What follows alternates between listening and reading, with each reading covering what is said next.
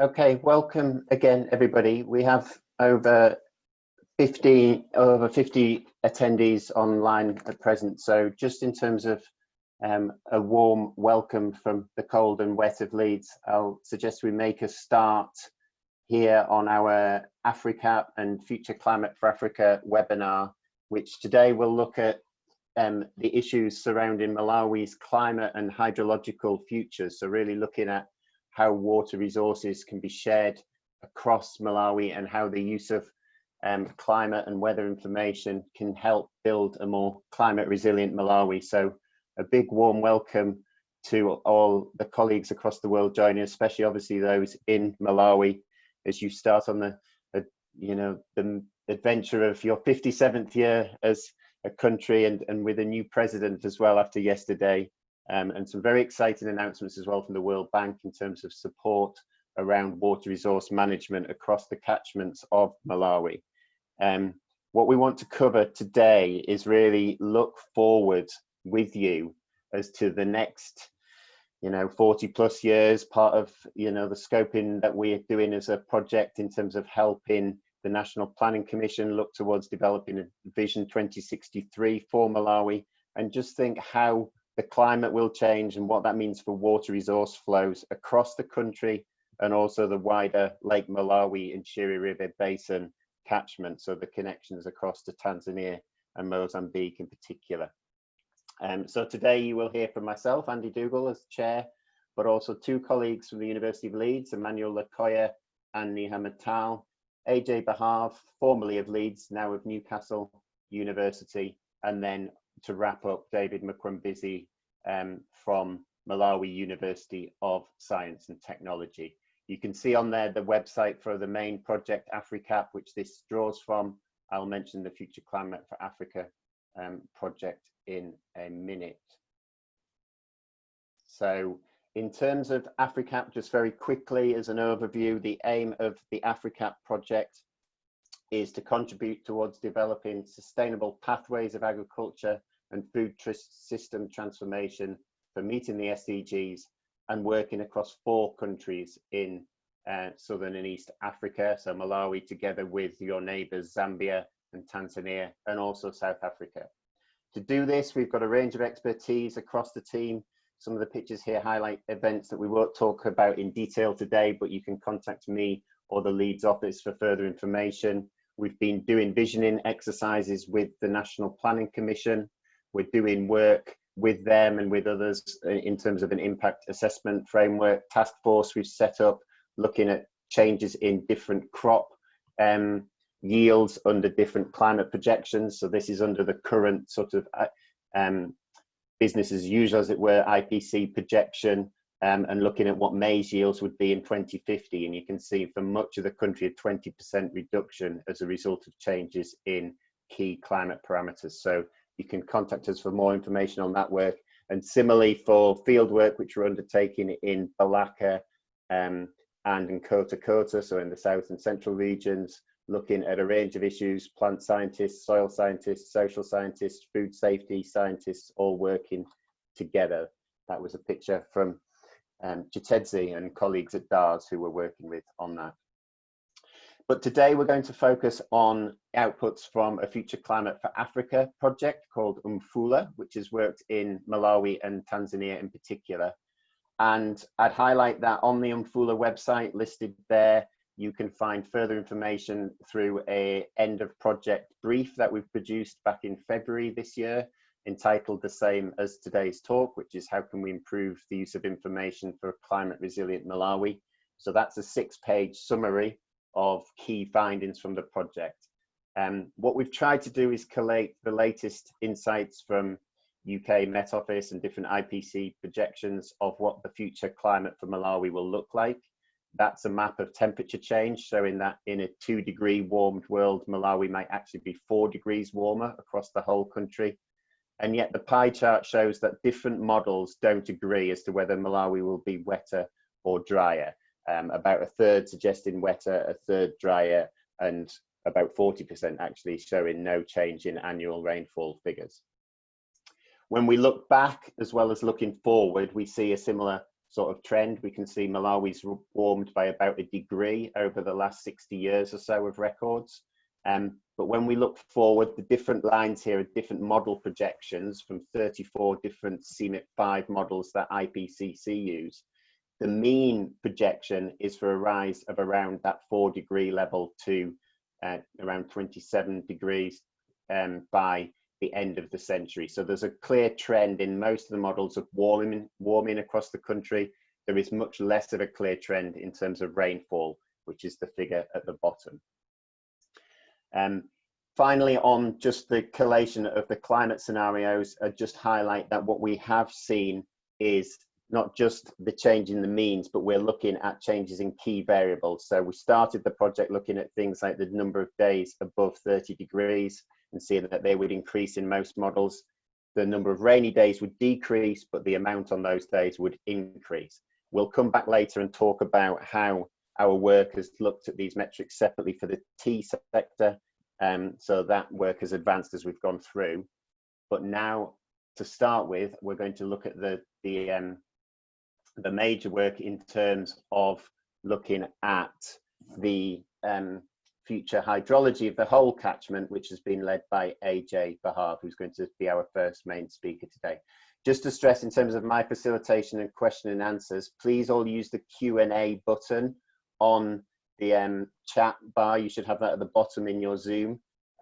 Write your questions in Q&A, and then the 5 panelists will answer those as we go along, and I will facilitate question and answer session for the last half hour or so at the end of the webinar. So thank you all, and over to AJ. Thanks, Andy, and a good day to everyone. As Andy mentioned, in the UMFULA project, we were focusing on the Lake Malawi-Shire River Basin. And this is one of the more unconventional basins where water from the Lake Malawi flows out into the Lake Malombe and then into the Shire River. The river flows southwards, cascades down into the lower Shire Basin, and then joins the Zambezi River in Mozambique. The lake itself functions like a bucket where water overflow flows over the lip of the bucket, and when additional water is available, when the water level drops below the lip of the bucket, the overflow stops. So this is an unconventional basin in that sense. Some control is available to regulate the Lake Malawi outflows through the Kamuzu barrage, which is pictured in the below. The barrage, which was built in 1965, has helped manage the lake levels over the past 50-60 years or so. But there have been times in the early 20th century where the lake levels dropped for almost 2 decades below the outflow threshold, which meant that there were no outflows from the Lake Malawi into the Shire River. Also, in the many decades prior to 1850s, the lake levels were much lower than what we have seen over the recent past. Such a scenario now would adversely impact the hydropower irrigation infrastructure in the Shire River. Currently, 3 hydropower stations, Nakula, Tedzani, and Kapichira, produce more than 90% of Malawi's electricity. And there are expansion and new infrastructure plans in the region as well. Irrigated area will also expand through plans like the Shire Valley Transformation Project, whereas the biodiverse elephant marsh wetland also requires water for sustaining ecosystem services. Considering this, we worked with stakeholders related to the water, energy, food sectors to understand what analysis could be relevant for them. We iteratively engaged them over a period to understand the decision context, their sectoral priorities and performance requirements, and to also understand the elements that they think should be a part of the water resources model. So we elicited key water management decisions that they thought were really important and identified key future sectoral plans to develop a scenario-oriented model that was able to simulate both the elements and the adaptation options. This process of co-developing the model with stakeholders from different sectors was important for incorporating their experience and expertise into the model and make the model more fine-tuned to their needs. We developed something called we developed this model in something called the water evaluation and planning platform, which has a particular focus on simulating the lake levels. We, as you can see in this image, we developed a lake water balance model to simulate the lake levels, and the model is able to simulate the lake levels fairly well. For more details, you can look up this brief that was released by the Future Climate for Africa program, and also the publication that came out through this work in Journal of Hydrology. The model itself is useful for scenario analysis, which is important for decision making under uncertainty approach. In brief, a decision making under uncertainty approach flips the process of planning. So in conventional approaches, we developed a prediction of future conditions, and then we choose the plan that fits the future conditions the best. In DMU approaches, we flip the analysis and we start with the available planning or management options and test them against a range of future conditions. The objective here is essentially to identify options that work across a range of future conditions. In this basin, with the help of stakeholders, we identified key decision-making under uncertainty components related to the decision context shown on the right. The decision context essentially involves reducing the risk of lakeshore flooding and no outflow conditions, also provide downstream needs for irrigation, hydropower, and environment. The key components shown in the table on the left comprise of irrigation plans in the Lake Malawi catchment, irrigation and hydropower plans in the Shire River Basin, and also adaptation options and performance requirements elicited from the stakeholders. In the model simulations, we essentially looked at two dimensions, two periods of time. One was the observations, so going back about 50, 60 years, and future projections. In the observed period, the model simulations indicate a substantial contribution from Tanzania, sometimes up to 50%, of total inflows to the Lake Malawi. These sort of results underscore the importance of the contribution from the Tanzanian side and the transboundary nature of the basin, which is consistent with some of the elicitations done with the stakeholders. The model also simulates a wide range of future lake levels based on a range of projections provided by the Future Climate for Africa, 29 climate model projections that show that lake levels respond to changes in rainfall. These changes can be summarized in essentially three unequal size groupings. One is high lake levels that rise to above 476 and are shown where the 476 meter height is shown by a blue dashed line. The lake levels which remain within the blue dashed line and the gray line and are similar to the observed lake levels over the past 50 years, and lake levels falling below the outflow threshold, which would mean no outflows. This sort of spread of future conditions is also shown by the plot below, which shows the various models and which show high lake levels and the large majority which show very low lake levels. Stakeholders suggested that changing barrage management rules as adaptation could work, and here we show a result for one rule where water is released according to the lake levels. That is, as the lake levels rise, there's more water released downstream from the barrage. Here we see that the risk of lakeshore flooding is reduced, but for some projections, lake levels still drop below the outflow threshold. Now, this suggests that the adaptation option has value, but limited robustness. And by robustness, I mean that it doesn't provide value against all projections that we have used. This essentially suggests that there are residual risks even after adaptation. There are also potential risks from downstream Shire River floods, because in 1979-1980, the Shire River experienced heavy flooding because of high lake levels. with stream flow more than 1,000 cubic meters per second. Now, looking at future projections, there are several projections where such stream flows might be experienced for a significant duration of time. And even with adaptation, these risks are not necessarily alleviated.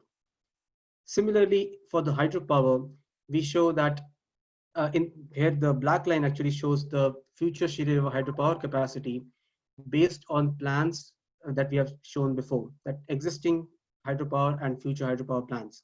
And under climate change, hydropower generation could reduce, and adaptation doesn't necessarily ensure that maximum production of hydropower occurs across all projections. So in summary, we find that Malawi's water energy food nexus is dependent on Lake Malawi outflows and the security of these sectors. We develop a model with stakeholders to assess changing future risks, to simulate the impact of climate change, and we see that there are adverse impacts of climate change on downstream water requirements. There could also be residual risks after adaptation, which requires further analysis.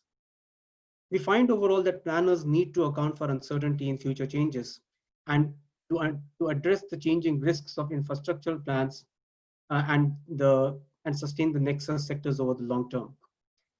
While we have looked at climate change, there are also non-climatic factors and stressors like land use change that can also affect hydrology. My colleague Emmanuel Nicoya will now talk a bit more about his work on land use change and how that affects hydrology in this basin. Thank you, Ajay.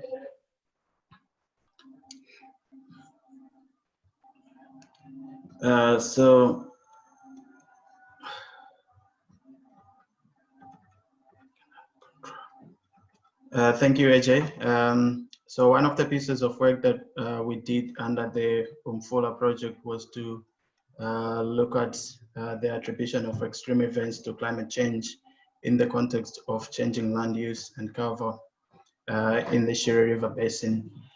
We did this particularly focusing on the 2015 floods that occurred in the Shiri River Basin and other parts of Malawi.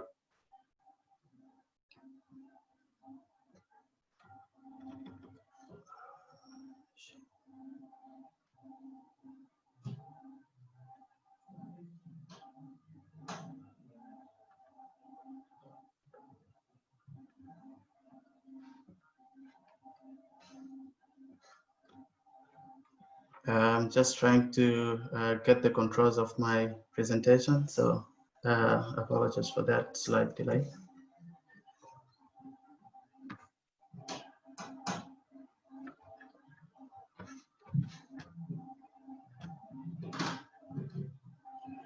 All right.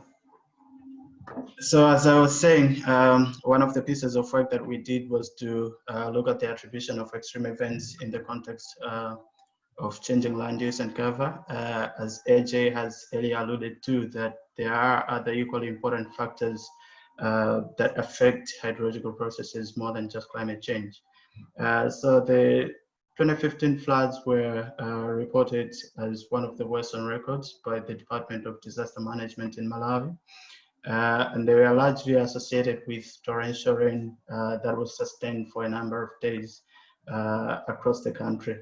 And the event itself and its nature left a lot of lingering questions in the wake of climate change as to whether such events would become more frequent going into a warmer climate.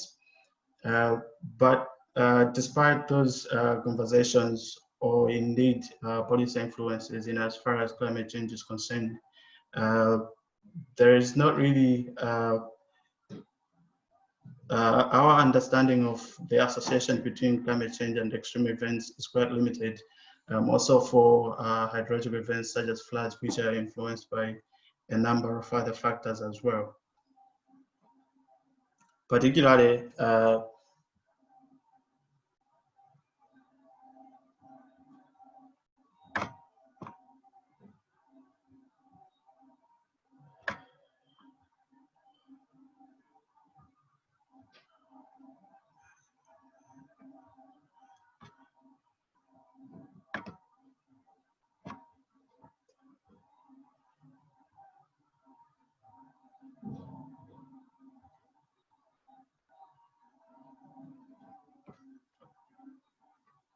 So particularly for the Shire River Basin, which has a well-known history of land use change, as can be seen from this map, which shows the land use and land cover for the 3 years, 1990, 2000, as well as 2010. So what we did was to try and explore the attribution question as to whether the flooding of 2015 might have been indeed as a result of climate change or land use change, or better yet, a combination of both factors. So what we did was to run hydrological simulations and do analysis based on the attribution risk approach developed by Allen 2015. And in this setup, we would be able to analyze stream flows or observed stream flows that were observed in 2015, and we would simulate to look at whether climate change or the relative contribution of climate change, land use change, as well as a combination of both factors.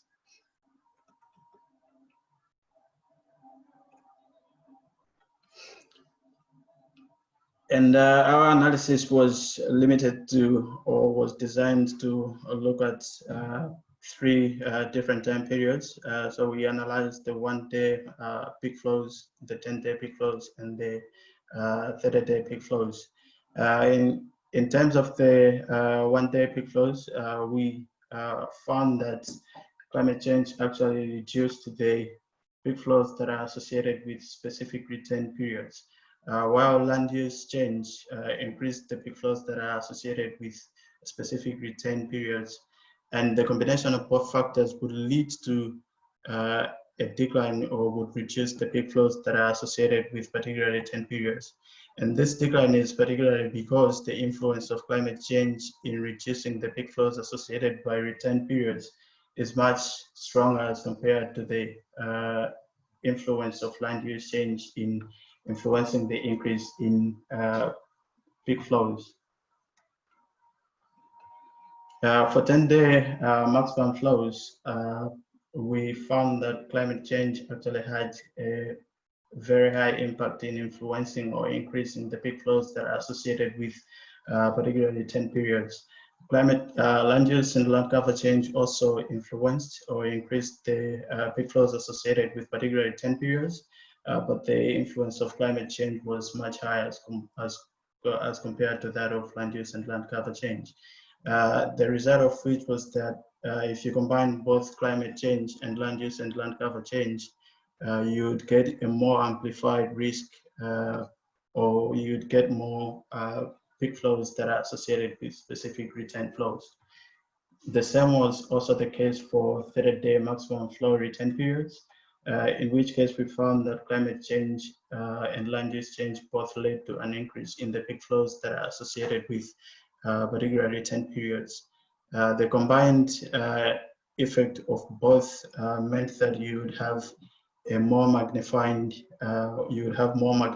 peak flows that are associated with particular return periods. And in summary, relative to the 2015 flood, we would say that climate change had contributed 42% of the risk of such an event occurring, while land use change only contributed to 18% of that event occurring. However, if you look at all the 3 different time periods that we did the analysis for, we found that land use consistently led to an increase in the peak flows that are associated with particular return periods, while climate change was only responsible for an increase in peak flows associated with particular return periods for the 10-day and 30-day maximum flows, while it would reduce the peak flows that are associated with peak flows that are associated with 1-day flows. And this has significant implications for disaster risk and reduction management policy and practice, mostly considering the fact that one of the key interventions is reforestation and land restoration.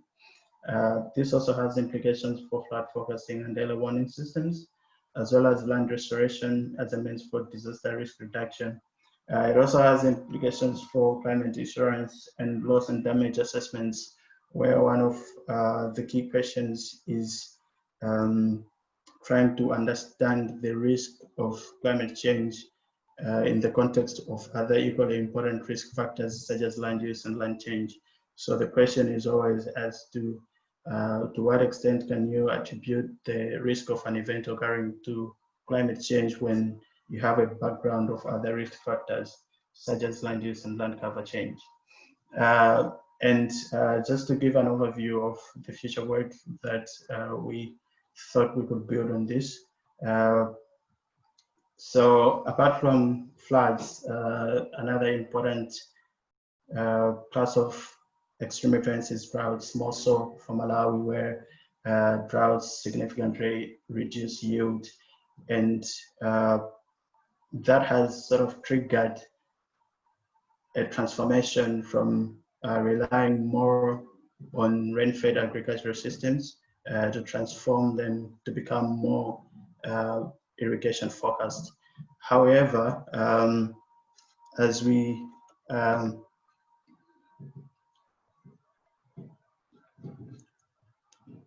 analysis that show the potential irrigation size have only been based on historical climate and have not necessarily looked at future climate and how that might influence irrigation water demand as well as availability of water resources to meet that demand. And a quick look of how the future looks in terms of drought characteristics. We found that by the end of the mid-century, that is the period between 2040 and 2069, models agree that droughts are going to increase in duration, and that is true for droughts that are widespread across the whole country, as well as droughts that are localized in the southern as well as the northern parts of the country. There is also consistency in terms of the increase or the change in the severity of models, the severity of droughts, in which case we have noticed that droughts are going to increase in severity across the whole country, and as well as those that are localized in the southern and northern parts of the country. And what we want to try and do now is to try and understand the implications of these changes in drought characteristics on hydrological systems that may influence irrigation water demand as well as supply of water to meet that demand. And as the next presenter is going to show some of the findings from previous work as regards impacts of climate change on cropping systems.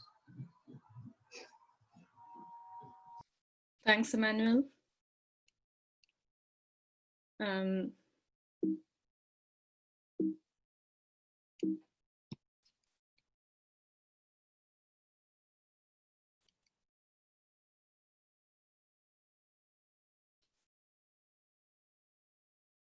Just trying to change the slides.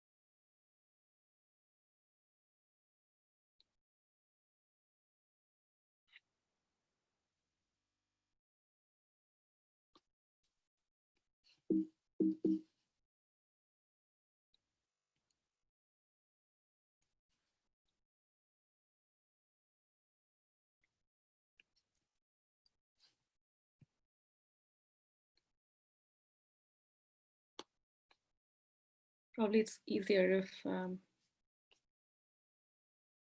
Ajay, if you can control the slides, that's fine.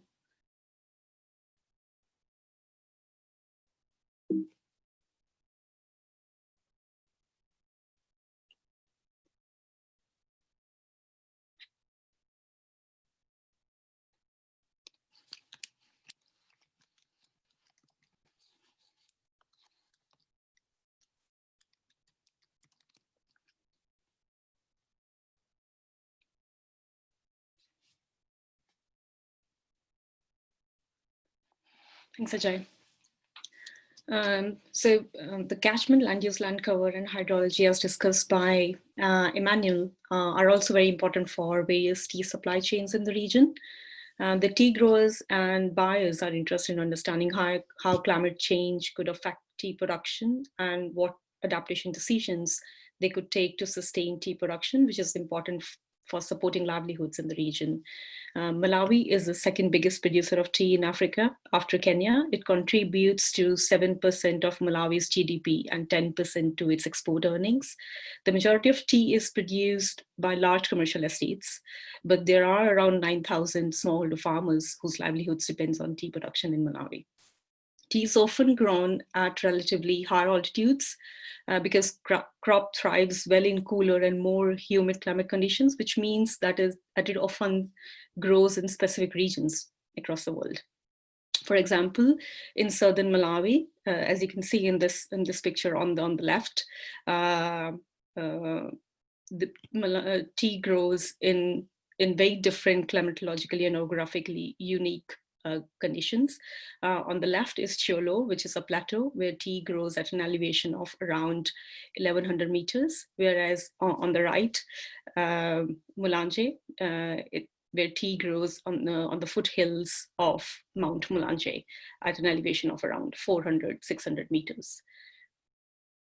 Next slide. Providing climate information for crops such as tea is a bit more challenging due to their sensitivity to changes in weather conditions.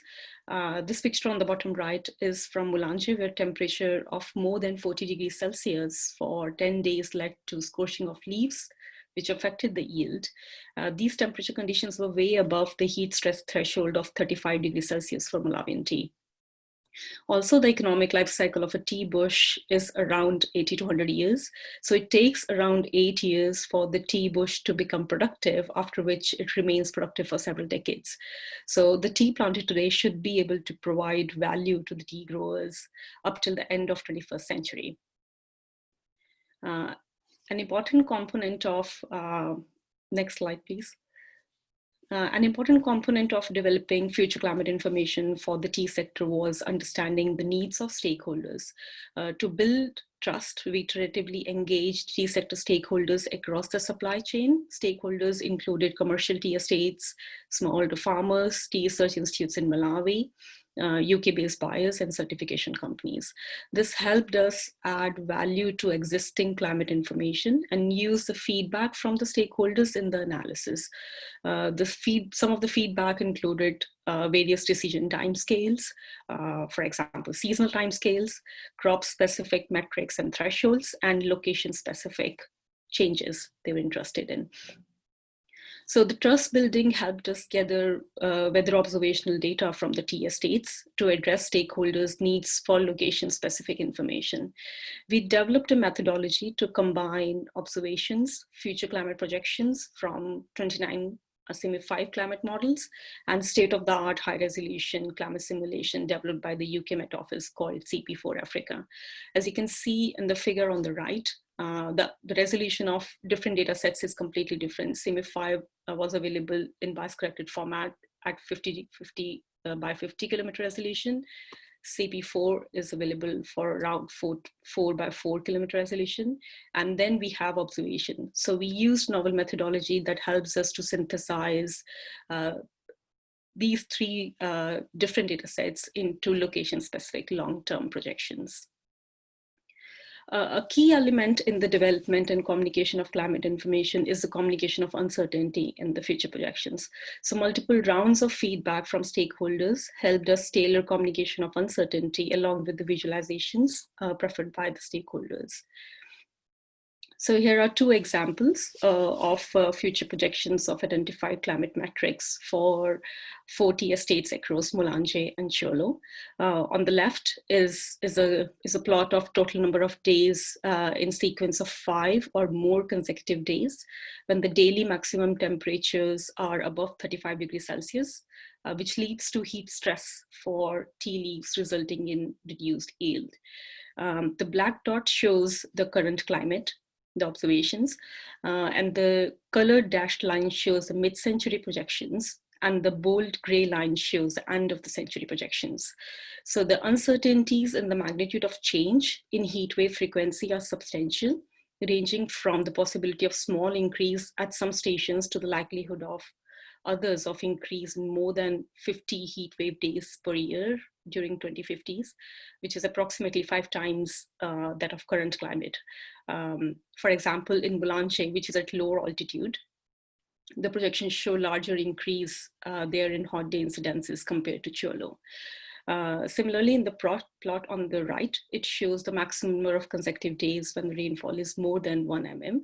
The rainfall matrix shows site specificity, but with large uncertainties.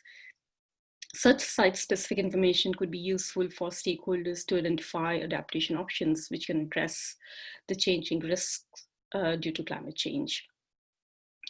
In summary, this work is a step towards tailoring climate information for the tea sector. The tailored information and related uncertainty could help tea sector stakeholders prioritize adaptation option, but still there's need to evaluate the use of this information by the stakeholders and assess the performance of adaptation options in terms of their effectiveness or return to investments, and identify long-term adaptation pathways based on site-specific climate change profiles. And from a broader perspective and at a country scale, understanding the uncertainty in future climate risks across water, energy, food nexus is necessary for adaptation and long-term climate resilient planning, where institutions and initiatives like National Resilience Strategy and the National Planning Commission could play an important role in policymaking. So our next speaker, Professor David Mukumbisi, will elaborate on the various dimensions of this issue.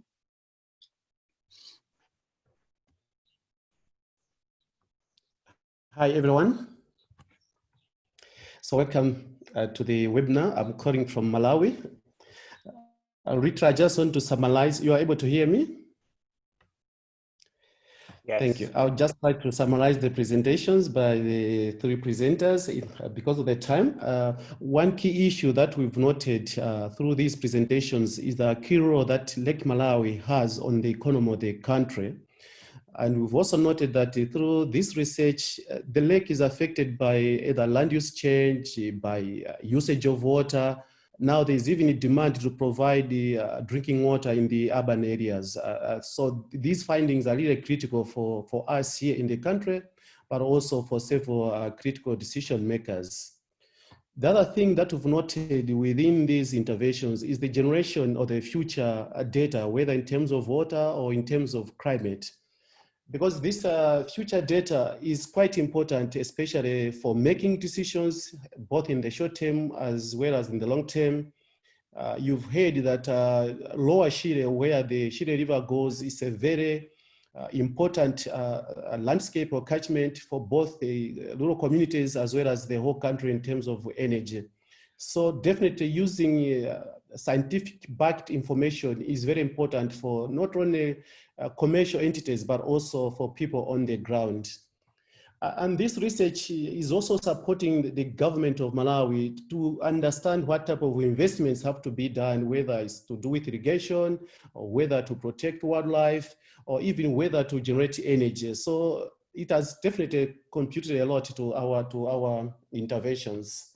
And the other thing, we've also noted that we need to incorporate a lot of factors when we are designing adaptation plans, both at community level as well as at national level.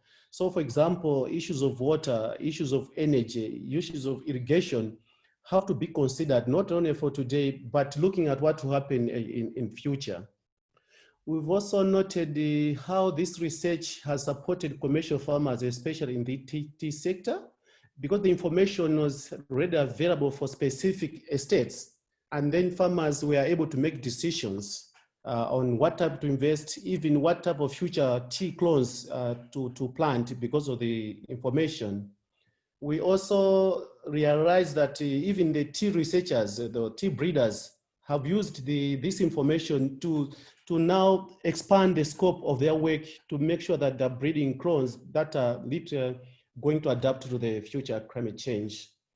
And the other thing that we've noted at country level is that because we now know exactly what are the intents of drought or maybe future floods, we are now going to see how new programs, especially by the new government, can incorporate these findings, but also findings from other researchers that are directly working in Malawi. One key issue that we noted in this program is the way it was designed. We managed to have a very good stakeholder engagement framework involving the government, smallholder farmers, commercial farmers, the private sector. That has allowed the usage of the information or uptake of information and start applying such type of information. And maybe finally, because I'm coming from the university side, the capacity building that has been brought by the program, especially in the universities, young people and students. And indeed, we've now seen issues of climate modeling being discussed at especially both Rwanda and MAST, where I was engaged full-time with this program. So literally, I think these type of approaches, they're very critical if we have to design better adaptation and resilience programs. Thank you.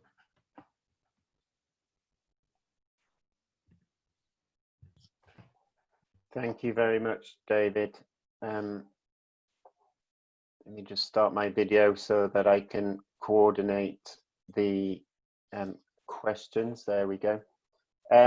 So thank you all for a wide-ranging perspective. What I'm going to do now is for the next, well, we've got up to half an hour because we're booked through till 15:15. So I will work through the questions as people have put them on the Q&A. Please vote for your favorites so that they get to the top if you want to do that by scrolling through, but we'll try and get through many of them.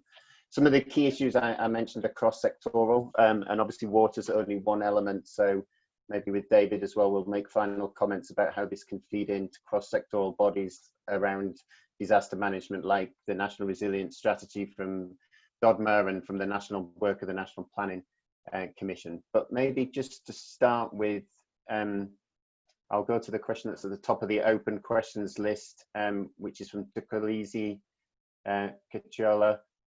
For you, Emmanuel, just to reflect a little bit more on the how the changes in government and the awareness of the sort of challenges of climate change might help be guided towards irrigation investments. Like I said at the beginning, there's been big investment just announced from the World Bank on irrigation, and one of the key things is to assess the viability of that in local contexts. And I know that's the work that your PhD is continuing with under the AFRICAP project. So do you want to just add a little bit more context in terms of how you feel that these kind of studies can help guide irrigation policy thinking?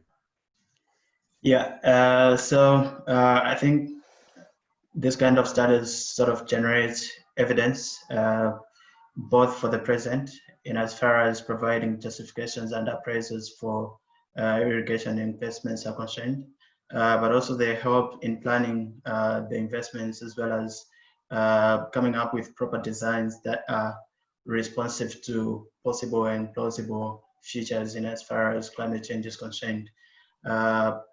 The political dimension of it is or can be quite complicated an issue, but I think with the current set in as far as government development decision making for long-term plans is concerned is transforming or changing towards one that is more secure, I would say, in terms of trying to be not too dependent on the short-term planning horizons that are sort of, or that may be consistent with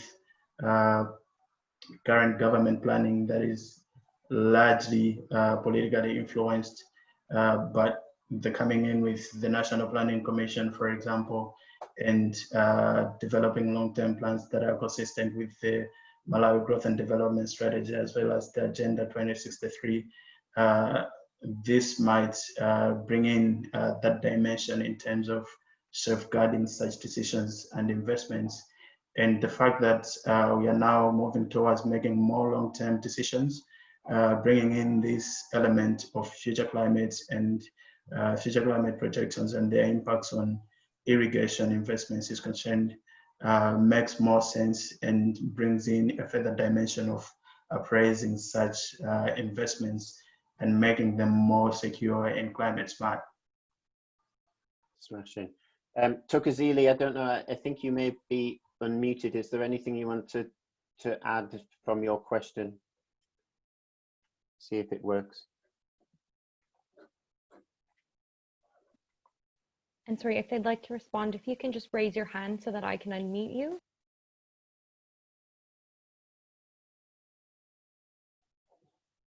I can see Thokozile's names come on, so maybe any quick response, Thokozile? I think, can you hear me now? Yes, we can hear you. Okay, great. Hi, I'm Toko, also at the University of Leeds, but different department entirely. But yeah, no, thank you very much for answering that, Emmanuel. Well, to be fair, I think my question really did stem from the fact that, you know, we've just had, the government has just changed. And I think, like I said, previous trends and, well, knowledge as well has shown that, you know, with each government, the ideals change. And, you know, as much as, you know, one can predict that, you know, how can I say it, you know, by this time in 2063, you know, we'll have this and that. Yeah, what is being proposed by the, well, I would say the new, like in this case, I think I was much more focused on the screenshot that you shared, which has the principal secretary talking about, you know, the recent, well, where they plan to go with it. But of course, we don't know whether the principal secretary will still be the same one next week. So, you know, of course, I was just trying to figure out how that exactly would, you know, influence your plans. I mean, of course, I think from what you've said, you do safeguard your plans in such a way that, you know, such shifts should not exactly change it dramatically. But then I still feel that, you know, in Malawi especially, even such small shifts do tend to, you know, rock the ground a bit. So, but thank you very much for your response. I really appreciate it. Thank you, Toko. Maybe just because it links into the new leadership question, if I can take the question that Catherine Vincent, a colleague of ours from the UMFULA project, has put on the chat on the questions for David, as to, you know, David, given that you've probably not got the ministerial nod yet to be part of the new parliament, the new cabinet, have you got any sense of, you know, early signs on the new leadership's commitment to climate resilient development building in Malawi? I know it's very early days. Thank you so much. Yeah, for the 5 presidential speeches that we've had, there've never been a special talk on climate change, not even on any new thing on the overall development goal, apart from the issues of corruption. But definitely we are sure that key positions, maybe all the ministries will have new ministers and maybe probably new PSs. But I'm sure the current government is lucky because the whole country is now developing the Vision 2063, what we call National Transformation 2063. And I'm sure there'll be now parallel discussions between the short-term program driven by the new government, as well as the long-term program to be driven by the National Planning Commission. But as we go on, I'm sure climate change will still be a critical issue on the government agenda because it's both a social as well as an economic impact. Thank you. Thank you, David. Let's move to some of the stakeholder engagement questions, which are at the top of the open questions list now. And whilst these are targeted in UNIHA first, obviously they are linking in with ongoing work on AFRICAP, looking at other crop sectors, and AJ's work and stakeholder engagement with the water sector also had relevance. But maybe can you say a little bit, Jelma's question at the top, around a little bit more detail on your stakeholder engagement process, and I suppose, yes, the transferability of it to other sectors, which was the question that Rowan Ellis has put in as well. And then maybe if either of you want to come back after Niha's answered those, please just put your hand up so that Lauren can unmute you for a response. But Yelma and Rowan's questions are targeted to you, Niha, so if you want to go first on those stakeholder engagement issues. Yeah, thanks, Andy. So for stakeholder engagement, I think it will depend upon the sector as well. You know, where you are doing your study. For us, it was a private sector, and trust building in general is an important part of co-production or tailoring climate information. But for us in the private sector, it was really important to have collaborations with the boundary organization. In our case, we relied on Ethical Tea Partnership and OOTS, who were already working in the region, and we partnered with them from the outset, and they helped us in identifying the stakeholders and to initiate the discussions to understand their information needs. And the second crucial thing that helped us in building trust was to make them understand that what would be the added value of our work to the kind of information that is already available to them from UNDP or from World Bank or CIAT. So to make them realize that the information is not just about the averages or the mean of changes in rainfall or temperature, but also about the extremes that are more important for the crop, in our case for tea. Once you open up the stage for such discussions, I think it just helped us to further engage them iteratively and gather their feedback time to time, and keep them updated on at what stage of the research we are at, and how we can shape the research based on their feedback, be it the kind of information they need, or be it tailoring the visualizations as I showed in my presentation, to make them easily accessible for them to understand, both for the tea estates and both for the smallholder farmers and then the buyers. I think the key thing there as well is, the final step, isn't it? It's the link to the sort of adaptation option element in terms of, is it shade trees, is it irrigation, a combination of both, obviously new breeding varieties and the like that we've been able to do there. The advantage with the tea sector, just so everybody is aware, is the extra observations really were crucial in terms of being able to test those models down at a 4 kilometre scale. So I think that was a real bone of added advantage. AJ, do you just, because obviously there was stakeholder engagement alongside the hydrological modelling work, do you just want to reflect a little bit on the value of the sort of iterative nature that you were developing the model with stakeholders, explaining the process with them throughout, and just sort of add a little bit of insight as to the value of that stakeholder engagement to you as a hydrological modeler? Well, the engagement and the value that you get out of this engagement, it cannot be sort of underscored enough. Stakeholders have a wealth of knowledge and experience that sometimes is necessary where there is relatively less amount of data available. And also the model development process needs to be carried out in such a way that you can slowly fine tune the model to make it a bit more fit for purpose for the stakeholders themselves. So the iterative nature of the interaction and the model development is crucial to do two things. Crucial to fine tune the analysis and what analysis is necessary and what is needed by the stakeholders. Also to get them to talk to each other during those interactions. So that is the analysis aspect. And the second aspect is the analytical tool. So developing the analytical tool together and taking their opinions, their expertise, their insights into the development makes the model a bit more relevant to what they want to analyze and what they could use in the future, but also make it a bit more realistic in terms of what the water resource systems looks like. So over a period of 2 years, there was a series of engagements that included one-to-one engagements, many-to-many. So we had something called the collaborative discussion forums, where sectoral stakeholders came together to talk about the various aspects of the basin and the water resources and how they could contribute and reap from the research process.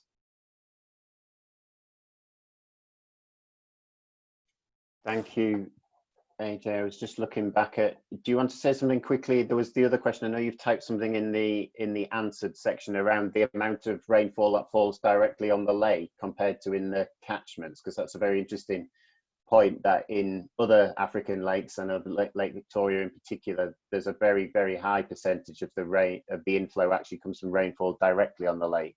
Is it the orography and the extra, you know, altitude, as it were, in Tanzania that makes that small catchment so important, rather than the rainfall on the lake? Or is it a case of it's an observational gap in the modeling work? I think to a certain extent it's both. So the orography on the Tanzanian side is fairly steep, and so that does bring in a lot of rainfall. So the Eastern African monsoon brings rainfall to the southern side of Tanzania, southern regions of Tanzania that border the Malawi and Lake Malawi. And there's a very high concentration of rainfall in some of the mountainous regions. So that is one aspect. And the second is, of course, as you said, we don't have as much sort of long-term observations of Lake Malawi and rainfall, and the balance between rainfall and evaporation the way we have in Lake Victoria. Lake Victoria has been monitored for a much longer duration of time and a bit more intensively across all parts of those of the Lake Victoria basin than the Lake Malawi has been. With a bit more observations, we would be able to fine-tune that a bit better, possibly. But we do understand the water balance in terms of the contribution of the net precipitation evaporation balance in the Lake Malawi as well. So we were able to use that. I think that's the answer. Thank you. If any of the people who've answered questions just do raise the questions, do just raise your hand and Lauren can give you the microphone if you want to come back to either Niha or AJ on those. For now, I'm going to move to the questions put on the open section from Marcelan Mahop, another of our AFRICAP colleagues, and maybe direct these to David for a first comment, in that it's, again, the sort of political side of the work of the NPC, but also, you know, the agricultural investment plans for the country. So he raises questions about, you know, access to fertilizer subsidy and the revamping of industry. A lot of talk of the commercial agriculture being the way forward, the investment from the World Bank and others in irrigation to try and drive a commercial agriculture end of things, both through irrigation but also access to fertilizers. And it might be the same for his question in regards to new investment in tea breeding, which is ongoing as well. So any reflections, David, on the sort of, you know, political positioning in terms of agricultural investment plans and the like that you'd like to add?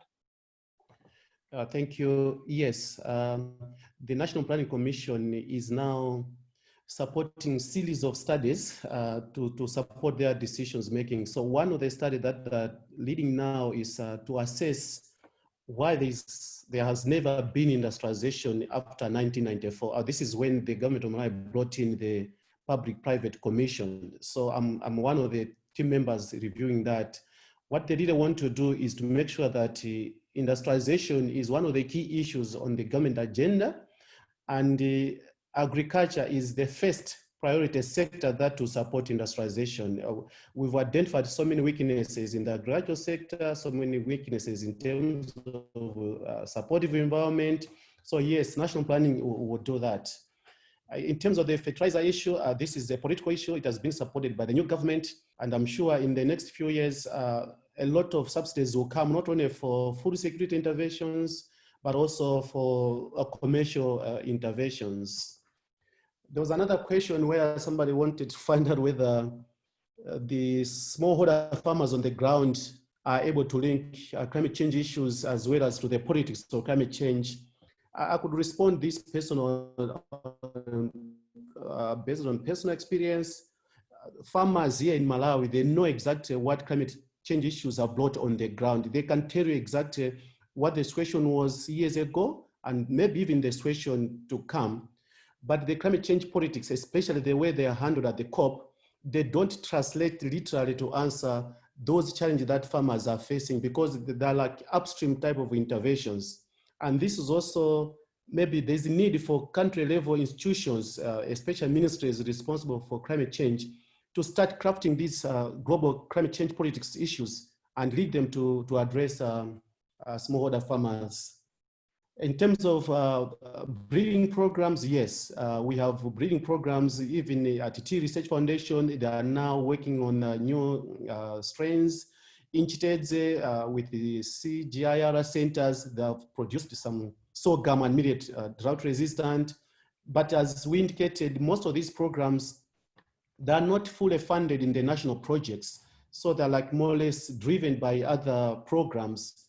I'm sure the new government, it has to consider funding such interventions so that solutions are definitely considered by the local experts as well as the international experts. Maybe I've covered most of the issues that I wanted to. I don't know if there's anything. Oh, that's great. There's an answer there.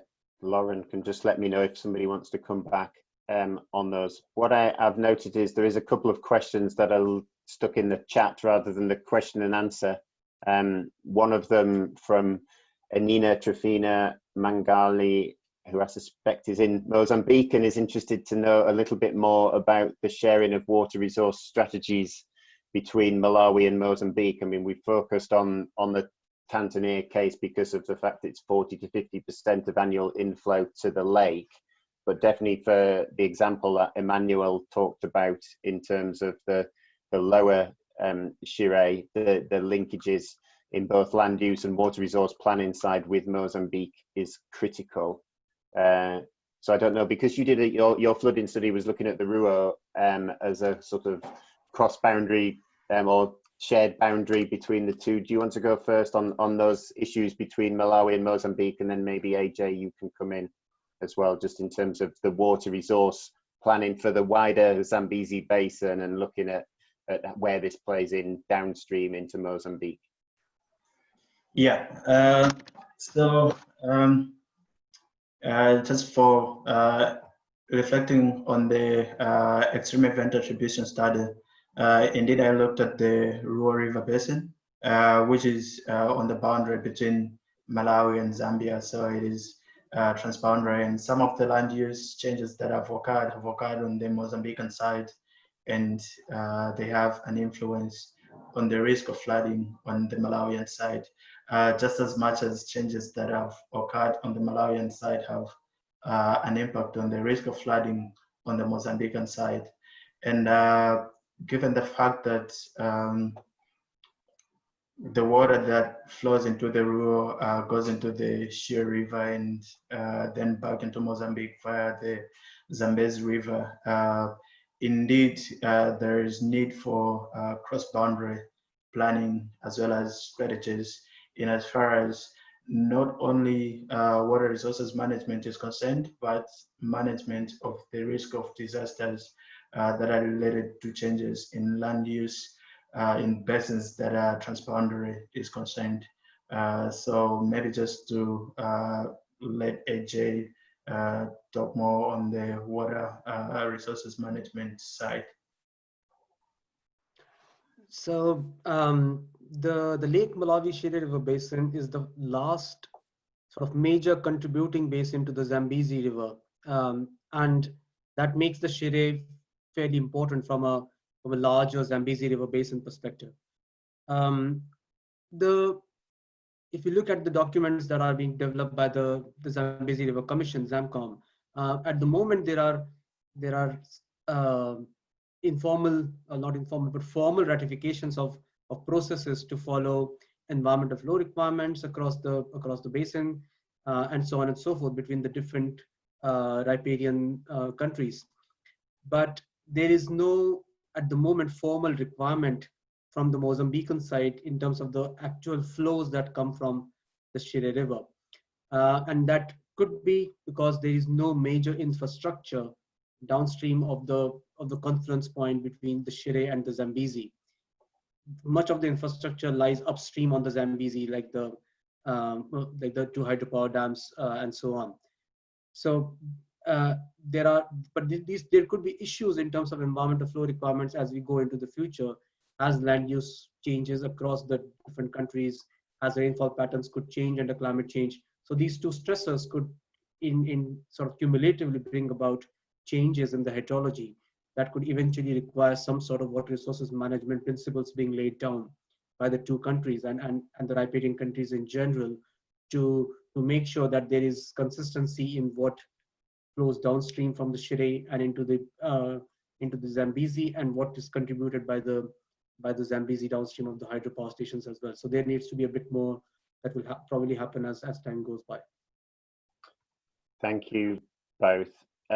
Maybe just to move towards wrapping up, and maybe Niha and David, you can help me a little bit as well, because there is further ongoing work from the UMFULA project around developing narratives and storylines of change, which might simplify some of the scientific messages that we've produced there. But I think one key reflection from me and how this guides into future work for the AFRICAP project across Malawi is that we do see very different signals developing for the south and the north, and Emmanuel is doing a PhD with us in Leeds at the minute, looking at the synoptic climatology of drought events and seeing, how much, they're affected by southern Malawi having much more significant events. And whilst he skimmed over his final slide, that was hinting towards this issue that we might expect more severe droughts in the south, but actually up in the Tanzanian catchments and in northern Malawi, it might actually get wetter as there's a stronger East African monsoon. So we're continuing to look at that. It is sort of really on that interactive zone, transition zone between Southern African controlled climatology and East African controlled, which makes it harder to predict the future for Malawi, which is why we need the decision making under uncertainty approaches which AJ has developed. And we're going to take those forward with the UMFULA project for the next 6 to 9 months in the final phase of this project, with work testing different narratives of change. So we're already looking at those climatology understandings and linking them in with colleagues from DCMS, linking in with seasonal forecasting, which is other work Niha is leading.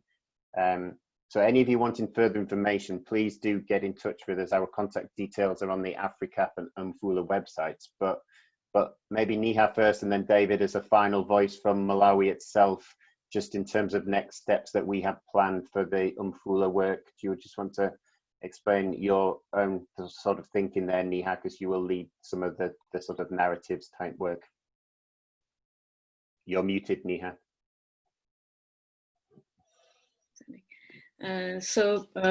Currently we are trying to understand, as Andy said, the Lake Malawi-Shire River Basin in Malawi itself straddles between the South African climate and East African monsoon.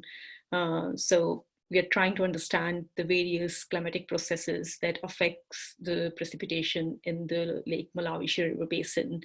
So trying to understand the climate processes that affects the rainfall, both in terms of South African climate and East African monsoon. So we are trying to undertake expert illustration exercises with climate experts in the UK, in Africa, in South Africa, and mainly with the experts at the DCCMS in Malawi to understand if we can, just to complement the information that we are getting from the CIMIP-5 models, or the next suite of models, CIMIP-6, and if we can complement the information with the with expert illustration of what climate processes actually affect precipitation in the region. David, you can have the final words. Yeah, thank you so much, everyone. Yeah, so I think the next steps, the first thing that we are doing is we've come up with a paper specifically for Malawi decision makers, which is void of the models that have been presented today. This is literally a paper for decision makers and policy makers. We'll be sharing that. It's just COVID-19 that has affected presenting that paper. We've also decided to localize the models that AJ has used, the WIP model. In particular, we want to put up a small team of experts here in Malawi, some from Lilongwe University of Agriculture and Natural Resources, but also the faculty members from our University of Science and Technology. Then we start using that model together with the government officials from the Department of Irrigation We've also put in place interventions to work with the Met office here in Malawi, so that some of the information that is coming from this project, but also the information generated by them, is now being used in terms of planning both short-term and long-term. And maybe there's also need now to make sure that all the players that were involved in this thing, as well as stakeholders, are given a final close-up of the program and develop critical intervention that we can feed into the National Planning Commission. Fortunately, I am a member of a core panel of the National Planning Commission. So I'll be working with several experts in Malawi that are working in this field to make sure that our short-term and long-term interventions are fit into the new national development agenda. Thanks everybody for attending. And thank you, David. That gets us to 15:15, so we've filled the 75 minutes. Thank you for the patience with going with us. We went through some of the glitches in the presentations there, but hopefully that's an oversight of the work that the UMFULA project has achieved, and also a link in, if anybody's interested, please reach out to us in terms of the AFRICAP work and how this will link in with modeling different scenarios for the future, including both the hydrology futures we've presented today, but also the crop modeling futures that Stuart Jennings, Andy Challoner and colleagues in Leeds are leading. So please do reach out, because we have a national task force looking at those issues, and it would be great to get extra input to that. So for that, I will use that as a final wrap up. Thank you everybody for the chat and the question and answer. I hope we've addressed them all. Thank you, Jelma, for the quick comment in there. So thank you all. This will be made available, I think, via the AFRICAP website with the video if you want to look back. But for now, thank you all.